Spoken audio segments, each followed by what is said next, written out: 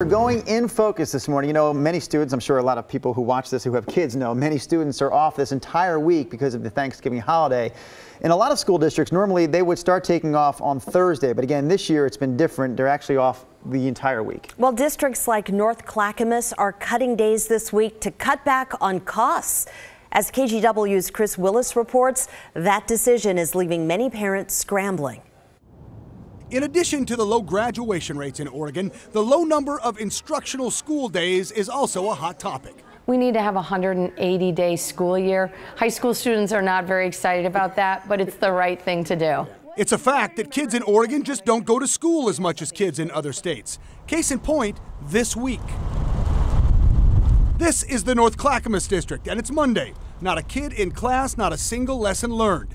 Kids here have the entire week off. The district furloughed on Monday, Tuesday, and Wednesday. Well, it is nice if people are traveling, for sure. Right. If they're not and they have to work, it's kind of a problem. In an email to parents, the superintendent, Matt Utterback, says they simply can't afford to hold class this week, writing, "These furlough days would not be necessary if the state provided sufficient funding. But in its absence, NCSD has to make difficult decisions that I know are painful for families and students." Tina Smith is watching her grandkids while their mom works, and that goes for thousands of other parents. It does create a problem. I'm his grandma, and Emmett too, and their mom's working, so I'm watching them this week because they don't have childcare. Those issues aside, critics say it's the learning and the retention that suffers. Right now, the subject in my school, Trillium Creek, is times. In fact, kids in North Clackamas will only go to school 14 days for the entire month, and that is the same number for next month.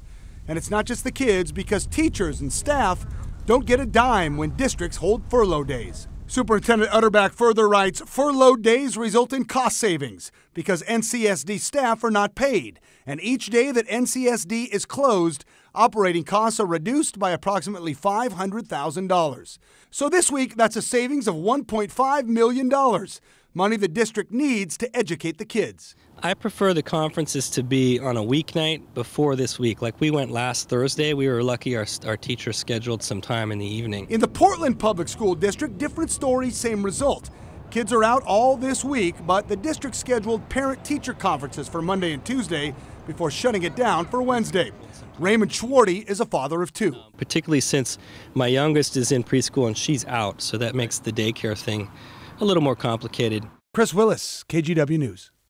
Rod, you said your daughter's in school today as well as yesterday. Vancouver Public, their vacation for Thanksgiving starts tomorrow. But, you know, clearly, I mean, we've got to get a handle on how we're funding our schools. We go less than almost every other state. That's not a formula for success. And that's not new. When my kids were in school, November, the entire month was like holiday. It started at the beginning of the month. Our boys are off this entire week, and it's been that way since kindergarten. So to me, it's the norm. Like, this is Thanksgiving week. There is no school, but I know that's it's new for a lot of people. In-service day. I mean, they do pile up. You're right.